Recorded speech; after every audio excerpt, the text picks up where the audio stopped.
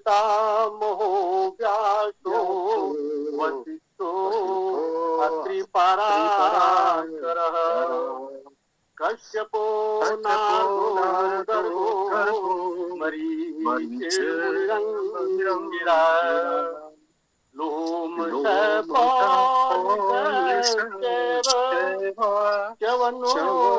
यवनो भृगो शौनको हस्तादकश्चैते ज्योतिषशास्त्रप्रवर्तका ज्योतिषशास्त्रप्रवर्तका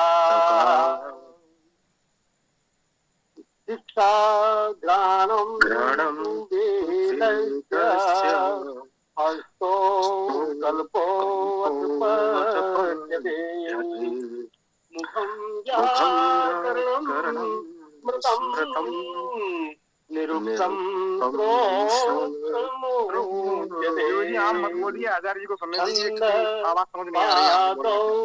तु वेदस्य ज्योतिषामयनं चक्षु तस्मात् साङ्गमदीतैव ब्रह्म लोकमहीयते ब्रह्म लोकमहीयते वेदाहि यस्यार्थमभिप्रवृत्ता कालानुपूर्व्या विहितास्तु यज्ञाः तस्मादिदं काल विधानशास्त्रं यो ज्योतिषं वेद स वेद यज्ञां यो ज्योतिषं वेद स वेद यज्ञां। आप सभी महानुभावों को राष्ट्रीय का हार्दिक नमन, अभिवादन आप सबका। और मैं ज्योतिष विषय को लेकर, जो मैंने पहले से आपको सूचित भी किया हुआ है कि आज हम जिन बिंदुओं पर बात करेंगे वो है, पहली बात तो ये है कि ज्योतिष और ज्योतिष का वेदांगत्व, फिर पंचांग और पंचांग की वैदिकता, और फिर उसके बाद जो वर्तमान में पंचांग चल रहे हैं ये, इनमें क्या क्या दोष है, कितने दोष है, क्या ये वैदिक हैं, और अगर ये वैदिक नहीं है तो फिर वैदिक पंचांग क्या है, वैदिक पंचांग का अभिप्राय क्या है, और इन सब बातों के परिप्रेक्ष्य में पंचांग के निमित्त से हमारा अपना कर्तव्य क्या है। महानुभाव, ज्योतिष एक काल गणना विधायक शास्त्र है। काल की सारी गणनाएं, काल के सारे प्रखंड, चाहे वो संवत्सर चक्र हो, उसके अंतर्गत के अयन चक्र हो, अयन के अंतर्गत मास हो, मास के अंतर्गत पक्ष हो, पक्षों के अंतर्गत दिन हो, और दिन के अंतर्गत भी उनके जो लग्न, मुहूर्त इत्यादि जो विभाग हैं, ये सब का गणित किया जाना ज्योतिष के अंतर्गत होता है। अब हमें, जैसे कि आपको मैंने श्लोक पढ़ा है कि वेद के जो 6 अंग हैं वो वेद का समग्र स्वरूप प्रस्तुत करते हैं, या वेद को जो कि एक इन 6 अंगों का अंगी है उसको यथावत समझने और जीवन में उतारने के लिए हमको इन वेदांगों की आवश्यकता है, इनको समझने की और इनको व्यवहार में लाने की आवश्यकता है। ठीक आपने देखा कि शिक्षा विषय है और कल्प है, व्याकरण है, निरुक्त है, छंद है और ज्योतिष है। ज्योतिष को चक्षु की संज्ञा दी है और चक्षु जो है समस्त इंद्रियों में सबसे प्रधान अंग माना गया है, क्योंकि अगर सब कुछ उपलब्ध है और एक चक्षु नहीं है तो आप ये समझ सकते हैं कि सारा जो अस्तित्व है वो शून्य है। तो चक्षु ही हमको दर्शनादर्शन का भान कराता है, स्पष्टीकरण देता है और हम तथ्यपूर्ण ढंग से या प्रत्यक्ष रूप से या बौद्धिक रूप से उस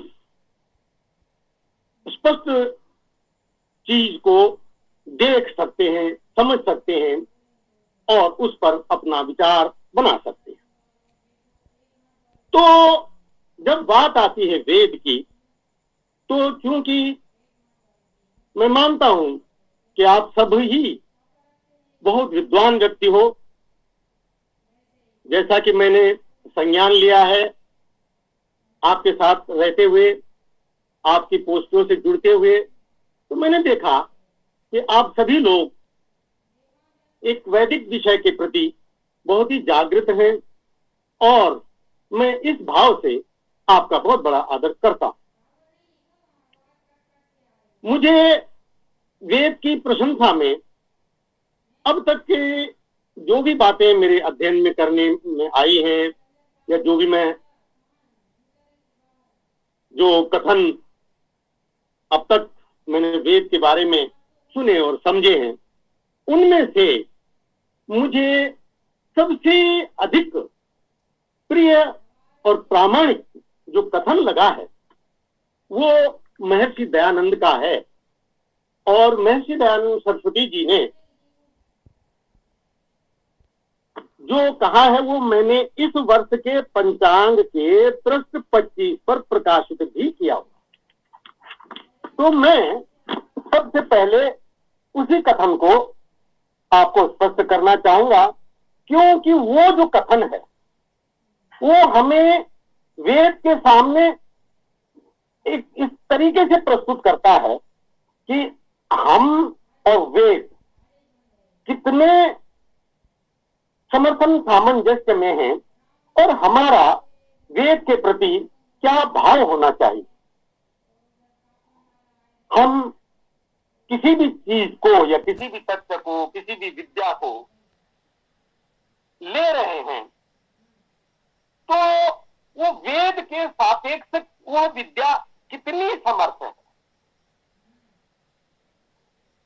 महानुभाव, जैसा कि मैंने कहा है कि मुझे इससे उत्तम कथन नहीं मिला है, इसलिए मैंने उसे आप तक भी पहुंचाने की, अपने भाव के रूप में आप तक पहुंचाने का भी विचार किया और वो कार्य किया है पंचांग के माध्यम से। तो मैं उसे जब पढ़ के सुना देना चाहता हूं आपको।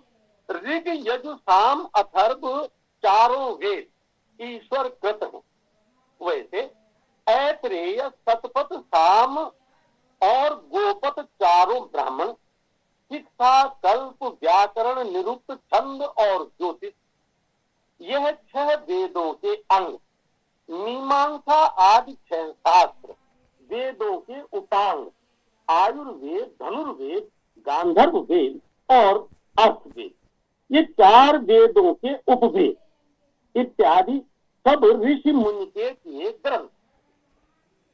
इनमें भी जो जो वेद विरुद्ध प्रतीत हुए उसको छोड़ देना, क्योंकि वेद ईश्वरकृत होने से निर्भ्रांत स्वतः प्रमाण और वेद का प्रमाण वेद से ही होता है। ब्राह्मण आदि सभी ग्रंथ परतः प्रमाण अर्थात इनका प्रमाण वेदाधीन है। इस एक बात को हमें सर्वदा ध्यान में रखना है, क्योंकि इसे ध्यान में नहीं रखेंगे तो हम आपको क्या ज्योतिष की, क्या पंचांगों की या और भी विषय बातों की प्रामाण्यता को स्पष्ट नहीं कर पाएंगे। ज्योतिष के बारे में जो आपको एक और बात समझनी है, और वो ये है कि कुछ लोगों को इस बात का भ्रम है। मैं नहीं मानता कि आप में से ऐसे लोग कुछ होंगे, लेकिन अगर कुछ भी हैं, थोड़े से भी लोग हैं, तो तथ्य को स्पष्ट किया जाना आवश्यक बनता है। महर्षि जी ने एक टिप्पणी की है कि जन्मपत्री शोकपत्री। इस अर्थ में लोगों ने ज्योतिष को ही एक गौण या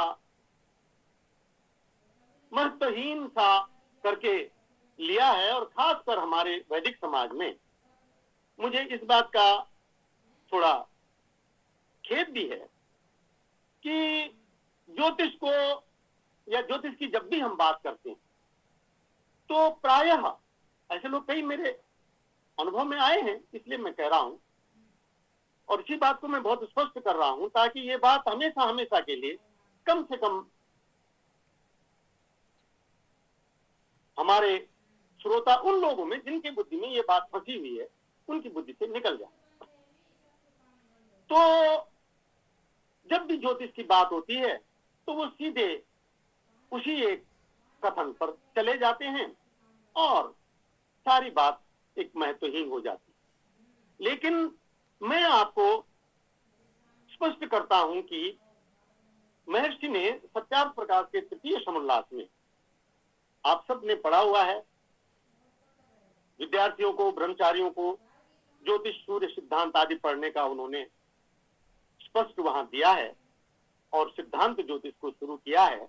यजुर्वेद का एक मंत्र है 30-18 का, और उस मंत्र में उन्होंने लिखा, जो मनुष्य ज्योतिषी आदि सत्याचार्यों का सत्कार करते हैं, 30वें अध्याय का ये 18वां मंत्र।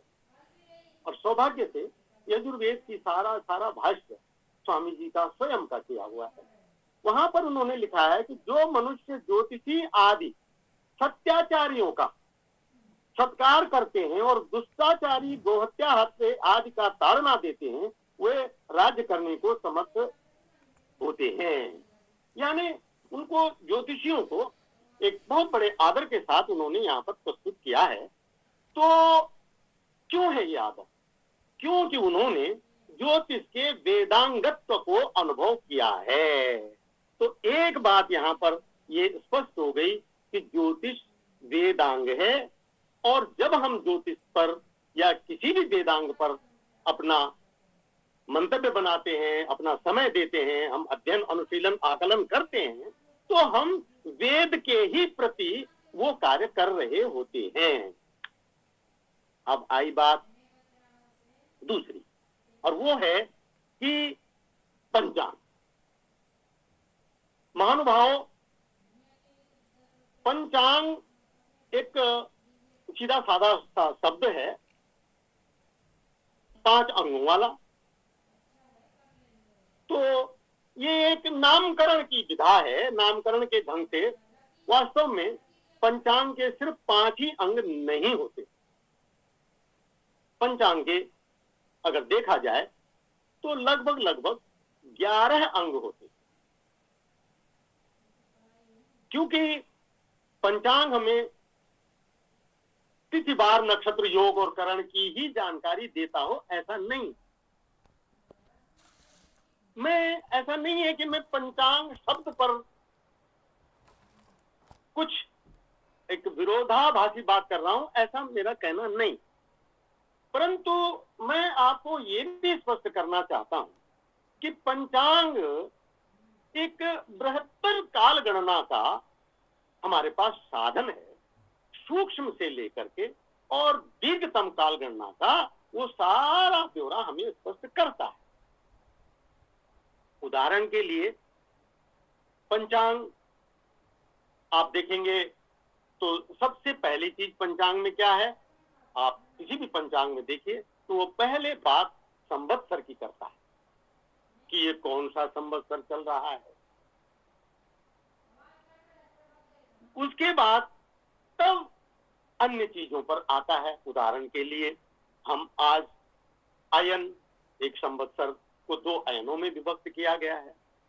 अब एक दक्षिणायन होता है और एक उत्तरायण होता है।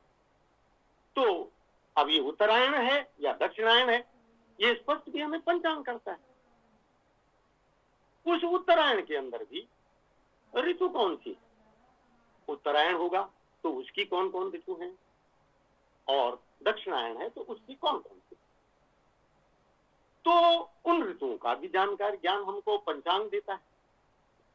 अब आइए ऋतु के अंदर, अयन के अंदर 3 ऋतुएं हुई और ऋतु के अंदर 2 मास हुए, तो उन मासों की गणना स्पष्ट हुई। अब मास के बाद मास के 2 विभाग होते हैं, एक होता है सौर मास, वैसे तो 4 प्रकार के मास होते हैं, लेकिन वो अगले वक्तव्यों में बात स्पष्ट होगी, अभी का वो विषय नहीं। तो एक सौर मास हुआ और एक चांद्र मास हुआ, जहां सूर्य की एक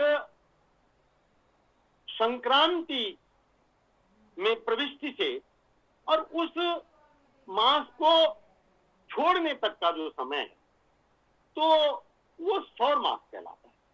सूर्य आधारित सीधी सी बात, इन पर अगले कथनों में, वक्तव्यों में बहुत स्पष्ट बातें आएंगी और मैं उम्मीद करता हूं कि आप लोग इन सब चीजों को आगे गणितीय रूप से भी समझने का अवसर लोगे। तो सौरमास हुआ, फिर हुआ चांद्रमास। तो चांद्रमास की होती है तिथियां और सौरमास के होते हैं दिन। दिन कहते हैं उदयात उदयम दिवसः, सूर्योदय से लेकर के अगले सूर्य उदय तक। आज के उदयात पंचमी विभक्ति का शब्द हुआ और उदयम अगले उदय तक, ये जो समय है ये दिवसमान हुआ। तो वो दिवसमान भी हमें प्राप्त होता है, पंचांग ही से पता लगता है। वो हम दैनिक सूर्योदय, दैनिक सूर्यास्त की उसमें जानकारी होती है। तो ये अगला अंग हुआ पंचांग का। जब हमने दिन प्राप्त किए तब आती दूसरी तिथि, क्योंकि सौर से जुड़ा हुआ जो दिन है उसका तो उदय सूर्योदय से संबंध है, लेकिन जो चांद्र तिथि है उनको दिन नहीं कहा जाता, उनको तिथि कहा जाता। वो जो तिथियां हैं वो चंद्रमा के कारण से बनती हैं, इसलिए उनको चांद्र तिथि कहते हैं। और चंद्रमा से कैसे बनती है कि सूर्य के सापेक्ष गति में जब चंद्रमा चलता हुआ, अंतर करता हुआ पहले 12 अंश की दूरी को बना लेता है, तो उसको हम प्रतिपदा या पहली तिथि कहते हैं। 12 अंश चल चुकने के बाद फिर वो अगले खंड में प्रविष्ट हुआ। तो जहां पर 12 अंश पूरे हुए, अब 13वां अंश शुरू होते ही वहां पर द्वितीया तिथि शुरू हो।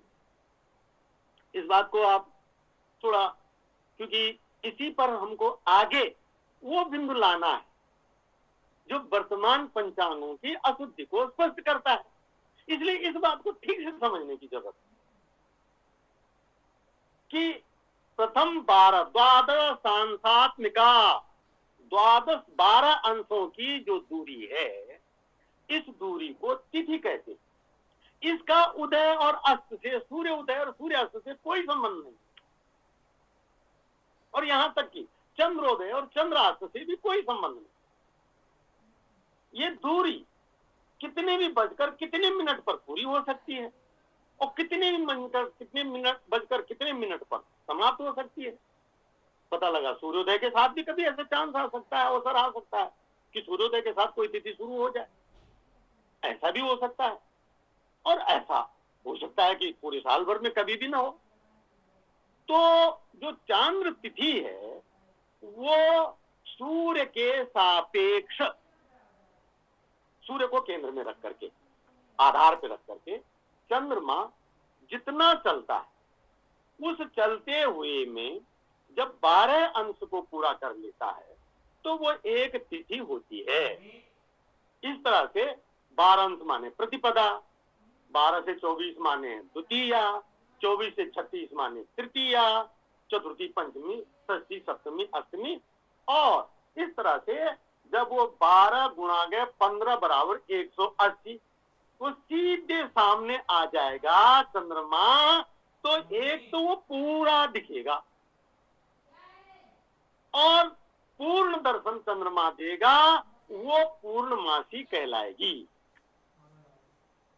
पूर्ण हो जाता है चंद्रमा। अब आपने एक चीज देखी कि जो व्यास होता है, ये वृत्त का केंद्र से गुजरने वाली सबसे अधिकतम दूरी होती है।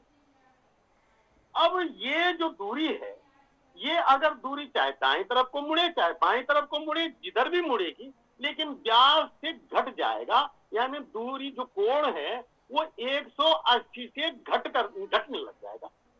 तो जैसे ही वो दूरी घटती है तो प्रथम 12 खंड की जो दूरी हुई, अब वो पूर्णमासी पूरी हो गई, 15 खंड पूरे हो गए।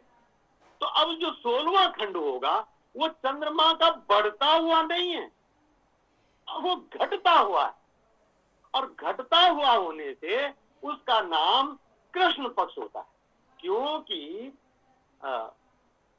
नवो नवो जायते, ऋग्वेद का मंत्र है कि चंद्रमा नया नया होता हुआ और अपने आकार की वृद्धि करता हुआ स्पष्ट हो रहा है। और उसके बाद में अब वो घटना शुरू हुआ, तो ये कृष्ण पक्ष हुआ। तो हम आपको पंचांग के अंगों की बात करते हुए दिन और तिथि की बात स्पष्ट कर चुके हैं। अब जब दिन आपने स्पष्ट कर दिया तो दिन के बाद आता है उसके लग्न और मुहूर्त। जो मुहूर्त है ये 15 दिन के और 15 रात्रि के होते हैं। 30 मुहूर्तों का एक दिन होता है।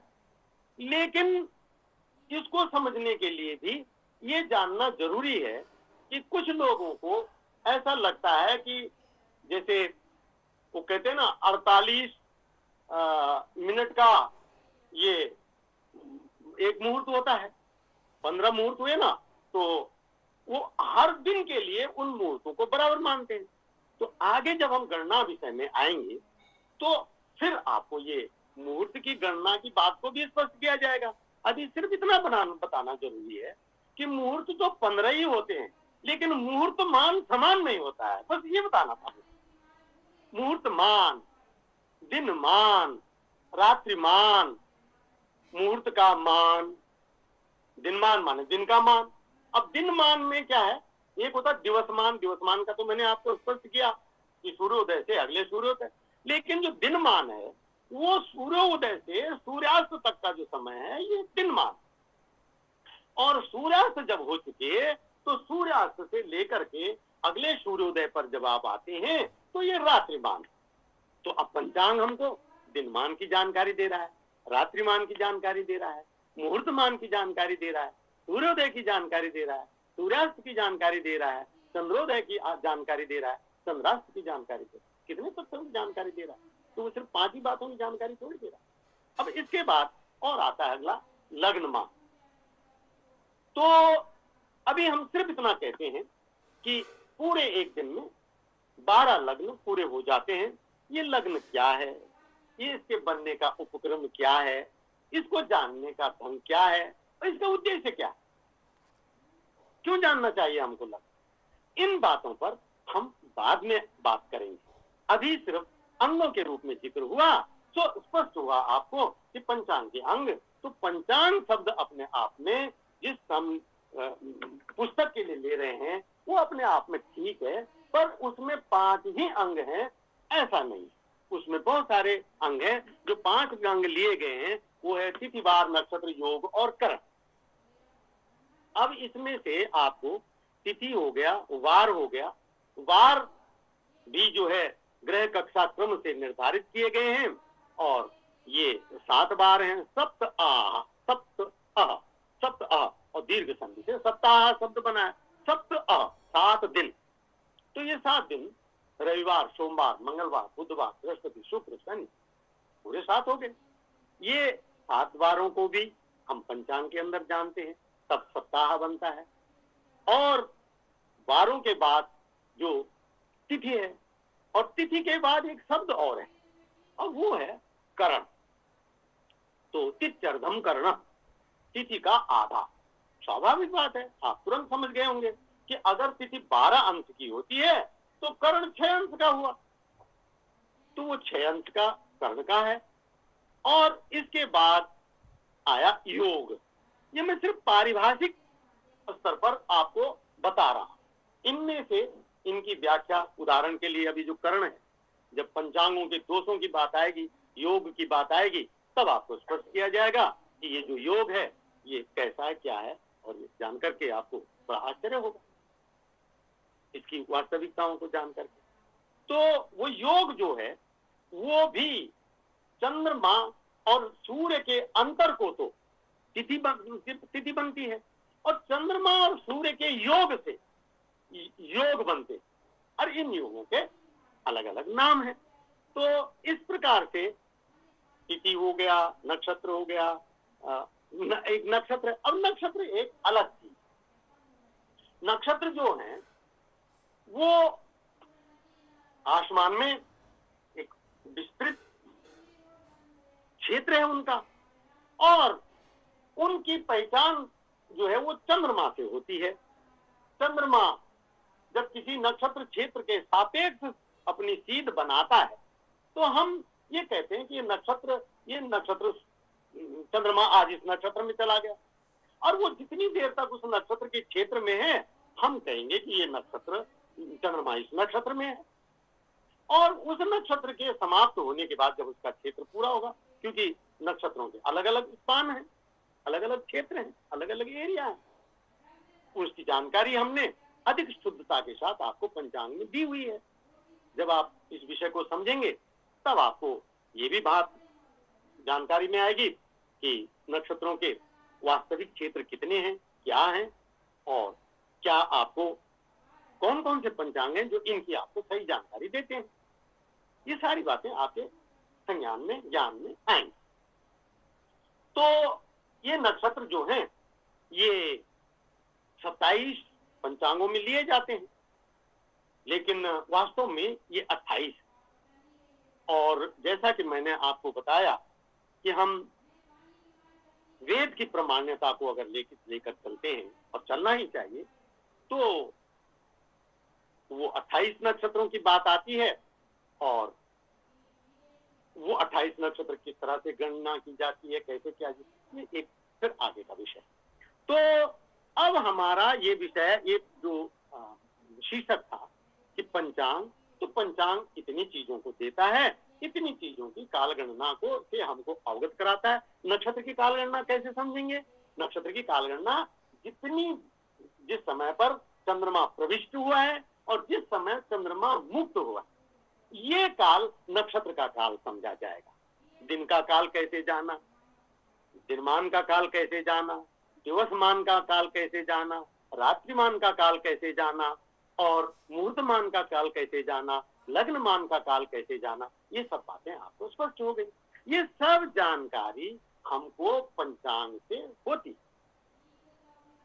तो ये विषय यहाँ पर पूर्ण हुआ।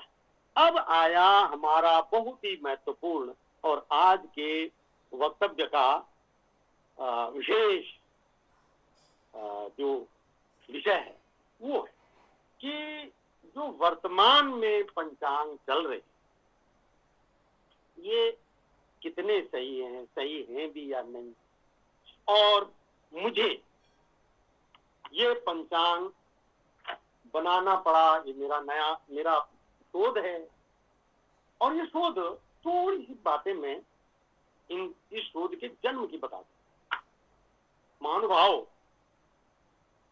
मेरा ज्योतिष से एक लंबा समय का जुड़ाव रहा है और एक सामान्य ज्योतिषी जो भारत में सर्वत्र पाए जाते हैं उसी तरह का मैं भी रहा हूं और पारंपरिक ज्योतिष से जुड़ा हुआ और उसी आधार पर जन्मपत्रियों को मान्यता देना, जन्मपत्रियों के अनुसार हो सका तो जरूरतमंदों का मार्गदर्शन करना, ये सब मेरे जीवन का एक कालचर्या थी। कुछ समय बाद, क्योंकि देखिए मेरा एक अनुभव है कि आप एक निष्ठा से अध्ययन पर जुड़े रहेंगे तो अपने आप में अध्ययन ही आपकी आगे के लिए आंखें भी खोलता चला जाए। और मुझे ये बात संज्ञान में आई कि जिस दिन हम लोगों को संक्रांति कहते हैं उस दिन संक्रांति होती ही नहीं है। और ये बात अपने आप में आपको लग रहा होगा कि लेकिन बहुत ही महत्वपूर्ण थी और एक अध्ययनशील व्यक्ति के लिए तो उसके अध्ययन का हर अनुभव अपने आप में एक उपलब्धि होता है। वो जानता है, प्रत्येक अध्ययनशील आदमी जानता है कि उसके अध्ययन के मार्ग में जो जो बातें विशेष आती हैं वो उनको किस तरह से ले सकता है, किस तरह से संभाल सकता है। और हमने देखा कि संक्रांति यहाँ सही नहीं ली जा रही है, ये बात स्थिर हो गई। तो हमने इस पर चर्चाएं करना शुरू किया, लेकिन चर्चाओं में कुछ दम नहीं बनता। कोई भी व्यक्ति इस तरह की चर्चा को सुनने में इच्छुक नहीं दिखता था। तो मेरी यात्रा एकल यात्रा बनी रही और लंबे समय तक का मेरा समय ऐसा। और मुझे ये सुनिश्चित हो गया कुछ समय के बाद कि जो पंचांग है, जब संक्रांतियां सही नहीं दे रहे तो संक्रांतियां पर सौर मास होते हैं और सौर मासों पर चांद्रमास होते हैं। अब यहां पर आप एक बात नोट कर लीजिएगा, बहुत लोग क्या कहते हैं कि मास जो चंद्रमास है ये नक्षत्रों पर आधारित है, यानी कि जिस नक्षत्र पर पूर्णिमा होती है उसी नक्षत्र के नाम से वह मास होता है। जैसे चित्रा नक्षत्र में अगर पूर्णिमा होगी तो चैत होगा, विशाखा नक्षत्र में तो वैशाख होगा। और मैंने पाया कि ये जो बात है ये गलत, ये सही नहीं, सिद्धांत ज्योतिष के अनुसार सही नहीं। हाँ, ये कैसे सही है? जब आप किसी गलती को अस्थायी तौर पर सुनिश्चित कर देंगे कि ये गलती लेकर चलना, तो फिर वो आपके लिए सही होता है। कोई राम नाम का लड़का है, उसके पिताजी करमचंद हैं, और आपने किसी कारण से कोई बात बनी और ये लगा कि नहीं, करमचंद नहीं बोलना चाहिए, श्याम राम के पिताजी को श्यामचंद बोलना, और अब श्यामचंद को मान करके चलेंगे तो श्यामचंद का कथन आपके लिए सही है, वास्तव में तो वो करमचंद है उसके पिता का नाम। तो जो नक्षत्र, और ये बात मैं ही नहीं कह रहा हूं, जब मैंने अध्ययन किया तो मुझे लगा कि ये बात तो और भी विद्वानों ने कही है, विद्वानों ने बड़े सशक्त तरीके से ये बात कही है और बहुत पहले कही गई है ये बातें। तो फिर ये बात सामने आई कि नक्षत्र नाम का, फिर महीनों के नाम का आधार क्या है। तो आज हम आपको एक तो ये बात बता रहे हैं कि जो महीनों के नाम का आधार है ये केवल और केवल सौर मास है, और सौर मास का जो निर्धारण है ये केवल और केवल संक्रांति है, और संक्रांति का जो निर्धारण है ये केवल और केवल, ये एक लेख है जिसमें हमने इस तथ्य को दिया हुआ है, इस साल के पंचांग में पृष्ठ 35 पर है ये, और इस पर हमने ये बात उठाई हुई है कि चांद्र नक्षत्र का जो है वो क्या हिसाब है, और किन किन ने इस बात पर अपने विचार रखे हैं, वो आप देख लीजिएगा, पढ़ लीजिएगा, उस पर मैं अभी नहीं जा रहा क्योंकि वो एक अपना और एक लंबा विषय है। तो नक्षत्र आधारित जब चांद्रमास नहीं है तो इनका वैज्ञानिक आधार क्या है? वैज्ञानिक आधार ये है कि चांद्रमास सौर मासों पर आधारित है, और इस बात का सबसे बड़ा प्रमाण, चाहे आप वेदांत ज्योतिष लें, चाहे सूर्य सिद्धांत को लें, चाहे किसी भी सिद्धांत को लें, और चाहे स्वयं वेद को लें। अब वेद को लें तो अब तो वेद तो प्रथम प्रमाण हो गया ना, अब वेद की प्रमाण्यता है तो अब बाकियों की बात क्या करनी। यजुर्वेद का 22वें अध्याय का 31वां मंत्र है, वहां पर जो है मलमास, 6 मास की बात की गई है, मलमास की, अधिमास की। ये जो अधिमास बनाया गया है, ये अधिमास की कल्पना के 2 ही वैज्ञानिक कारण हैं। पहला कि चांद्रमासों की संगति सौर मासों से जुड़ी रहे, कभी भी व्यतिरेक में न जाए। एक बात और कह रहा हूं, इसी बात कि चांद्रमास कभी भी सौर मासों से सर्वथा अलग न हो जाएं, किसी तरह का व्यतिरेक न बन पाए, इसके लिए मल मासों की व्यवस्था की गई। क्योंकि अगर ऐसी व्यवस्था नहीं की जाती, मैंने 2 कारण बताए हैं, एक तो बता दिया आपको मलमास को सौर मासों से जोड़ने का, अब दूसरा अभी बताना। तो जो मास गणना है उसमें क्या पाया गया, और ये देखिए ये भारतीय ज्योतिष की अद्भुत विशेषता है, अद्भुत विशेषता। इस पर कभी आप बारीकी से मनन करेंगे तो आप अपने ऋषियों के लिए मालूम कितनी बार नमन करेंगे कि कितनी बड़ी दृष्टि थी उनकी, कितना लंबा सोचा उन्होंने, कैसे आई होगी ये बात। आज तो हमारे पास बहुत सारे ऑपरेटर्स हैं और हम बहुत सारी बातें बड़े तरीके से हर चीज को नाप तोल सकते हैं,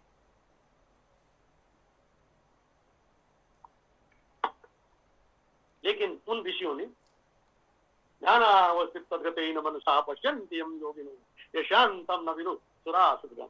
अब देखिए कि उनकी जो अपनी विधा है, ढंग है सोचने का, तथ्यों पे जाने का, उन्होंने मलमास निकाले, और मलमास की मैंने आपको इशारा दिया है अभी कि मैं आपको ये कैसे पैदा होते हैं, कैसे इनका समन्वय आवश्यक है, तो उस पर मैं कुछ शब्द कह करके और फिर आपको मलमास का दूसरा वाला पहलू बताऊंगा।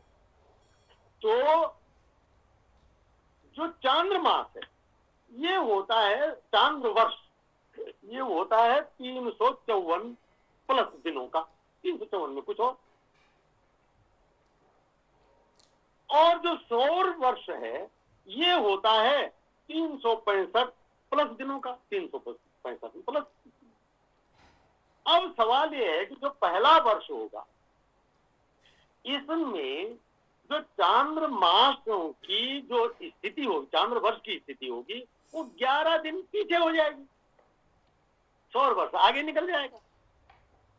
फिर अगले वर्ष ये 11 दिन और बढ़ जाएंगे और पता लगा कि सौर मास जी 22 दिन आगे चले गए। और फिर तीसरे वर्ष तो 11 को गुणा 3 बराबर 33, अब 33 दिन आगे चले गए। अब 33 दिन का महीना हो तो महीना तो 30 दिन में पूरा हो जाता, तो ये तो एक महीना और हो गया। अब क्या हो जाएगा, अगर आप इसको समन्वित नहीं करेंगे तो जो सौर चैत्र है उससे चांद्र चैत्र सीधे पीछे हो जाएगा। जब सौर चैत्र हो रहा होगा तब चांद्र चैत्र नहीं हो रहा होगा। और इस साल चांद्र चैत्र गया, अगले 3 सालों में फिर 2 महीने पीछे हो जाएगा, अगले 6 सालों में वो 3 महीने पीछे हो जाएगा। अब एक पर्व ऐसा आ जाएगा कि आपका सौर महीना चैत्र का चल रहा है और पता लगा कि चांद्र महीना जो है वो आश्विन का चल रहा है, ये तो बड़ा व्यतिक्रम हो गया। ये चीज हमारे ऋषि मुनियों ने जान ली। और ये समझिए कि जहां से हमको ज्योतिष का ज्ञान है, जहां से भी हमको जानकारी मिले, वहां तक हमने ये पाया कि वहां भी ऋषियों ने उससे पहले ही इसको संबंधित किया हुआ है। मुझे लगता है कि चूंकि ये बात वेद में है तो बहुत ही स्पष्ट हो गया कि बिल्कुल शुरुआत के काल में ही से ये चीज वैदिक व्यवस्था में दी गई।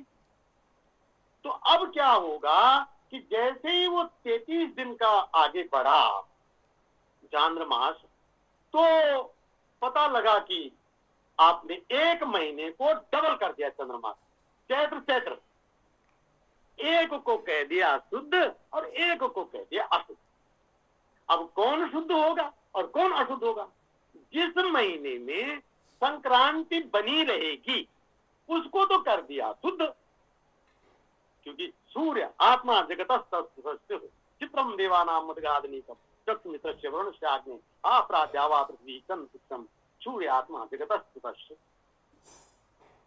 सूर्य जो है उसको प्रधानता है, हर बात में प्रधान, वो जगत की आत्मा है। सूर्य नहीं होगा तो कुछ भी नहीं होगा, सब शून्य में चला जाए। सारा ऋतु समय चक्र की जो सबसे नंबर 1 जो वो है वो सूर्य की। तो उन्होंने चांद्र चैत्र को सौर चैत्र से जोड़ने के लिए 1 को डबल कर दिया और उससे प्रभाव कुछ भी नहीं पड़ा, क्योंकि संक्रांतियों पर आधारित सौर मास यथावत है। अर्थात एक बात और आप जानते हैं, मुझे मालूम है आप में से अधिकांश लोग जानते हैं, पर मैंने आपको बताया ना कि मैं यहाँ पर जो वक्तव्य कर रहा हूं वो आपके बीच में हो सकता है कि नहीं भी हो तो कोई बात नहीं, पर अगर एक भी व्यक्ति ऐसा है जिसको इस बात को जानने की जरूरत है और मैं वो बात नहीं कहूंगा तो मेरा वक्तव्य बेकार अपूर्ण हो जाए। इस कारण से मैं बोल रहा हूं कि वो जो सूर्य है वो जिस मास में बना रहेगा उसको शुद्ध माना जाता है और उसके लिए तब सिद्धांतकारों ने सिद्धांत बनाया असंक्रांति मासो मल मास, ये उसकी गणना की विधि हो गई। तो जब मलमास को सूर्य सापेक्ष रखा जा रहा है, स्पष्ट कह रहा है, तब भी तो अगर मान लीजिए यहाँ बात नक्षत्रों से मास गणना की होती तो नक्षत्रों के आगे आधार का नियम होता। क्यों नियम ऐसा आया? नियम तो ये है संक्रांति मासो, संक्रांति नहीं है जिसमें मासो मल मास, वो मलमास होगा। जिसमें संक्रांति नहीं होगी और जिसमें संक्रांति होगी वो शुद्ध मास होगा। अर्थात सौर मास चंद्र मासों के आधार है। बहुत ही स्पष्ट हो गया। और आप देखेंगे कि एक ही लक्ष्य रहा। अब मैंने जो दूसरी बात छोड़ी थी, मैंने कहा था एक बात तो ये है कि जो नक्षत्र आधारित जो नक्षत्रों मलमासों को जोड़े रहने का एक आधार तो ये है कि चंद्रमास हमेशा सौर मासों के साथ जुड़े रहेंगे, ऐसी मैंने एक बात बताई। और फिर कहा था कि दूसरी बात बाद में बताऊंगा। तो जो वो दूसरी बात है वो ये है कि सौर मास तो हमेशा हमेशा के लिए ऋतुओं के हिस्से हैं, अयनों के हिस्से हैं, संवत्सर में नियमित है, ये तो निश्चित बात हो गई। लेकिन ऐसा नियम बना देने से, कौन सा नियम बना देने से? मलमास का नियम बनाते हैं। ये जो चांद्रमास हैं ये भी हमेशा हमेशा के लिए ऋतुओं से जुड़ गए हैं, और इनका ऋतुओं से जुड़ा रहना उतना ही आवश्यक है जितना आवश्यक सौर मासों का ऋतुओं से जुड़ा रहना है। तो यहां पर ये बात पूरी हुई कि मलमास का जो गणना है वो क्यों की गई और उसके क्या क्या लाभ। लाभ नंबर 1, सौर मास हमेशा चांद्रमासों से जुड़े रहेंगे, कभी भी सौर मासों से एकदम अलग नहीं होंगे। और उसके लिए नियम क्या है, अब वो नियम आप जानेंगे तो ये दूसरी बात है जो आपको याद रखनी, क्योंकि तभी आप समझ पाएंगे कि वर्तमान पंचांगों की कमी क्या है। वर्तमान पंचांगों की कमी क्या है, इस बात को समझने के लिए अब आपको ये दूसरी बात ध्यान में रखना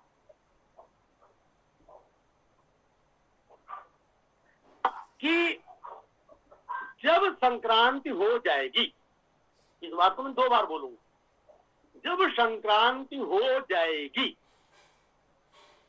तो जो शुक्ल पक्ष आएगा वह शुक्ल पक्ष उसी सौर मास का होगा।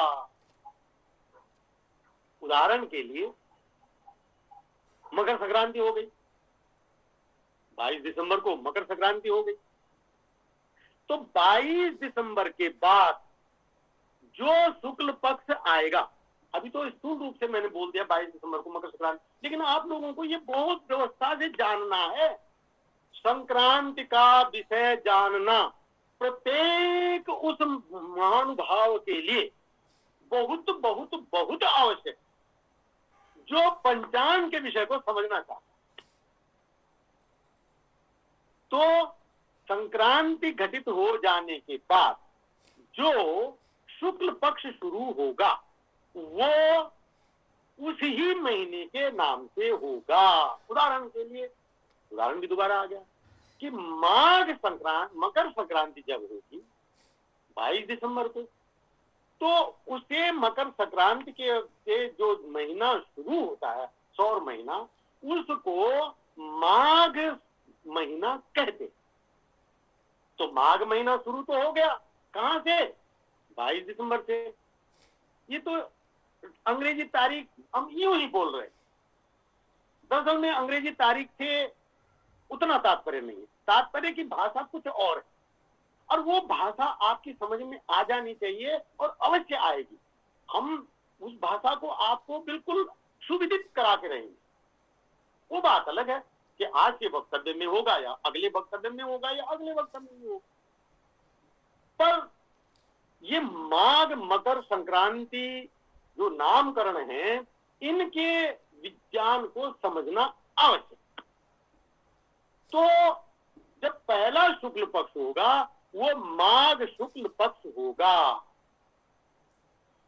अगर वो माघ आप नहीं मना रहे हैं तो आप पंचांग को गलत मान रहे हैं, और उस माघ में जो आपने माना, जो भी कार्य आप कर रहे हैं वो आप गलत कर रहे हैं।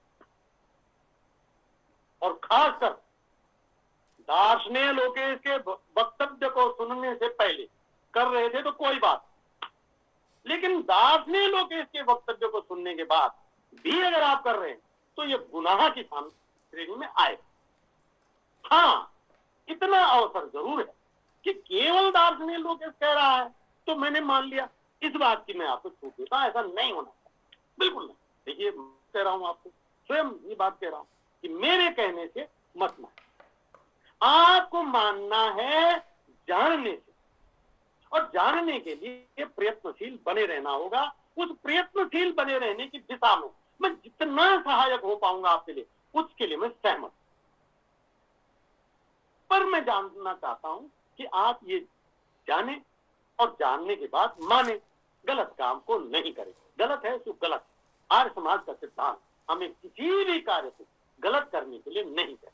यही वेद का उपदेश है। जो सिद्धांततः सही नहीं है, जो गणितीय रूप से सही नहीं है, जो वैदिक रूप से सही नहीं है, उसे हमें नहीं मानना। मैं भी नहीं मानता, मेरा सिद्धांत ही यही है तथ्यों को देखने के लिए।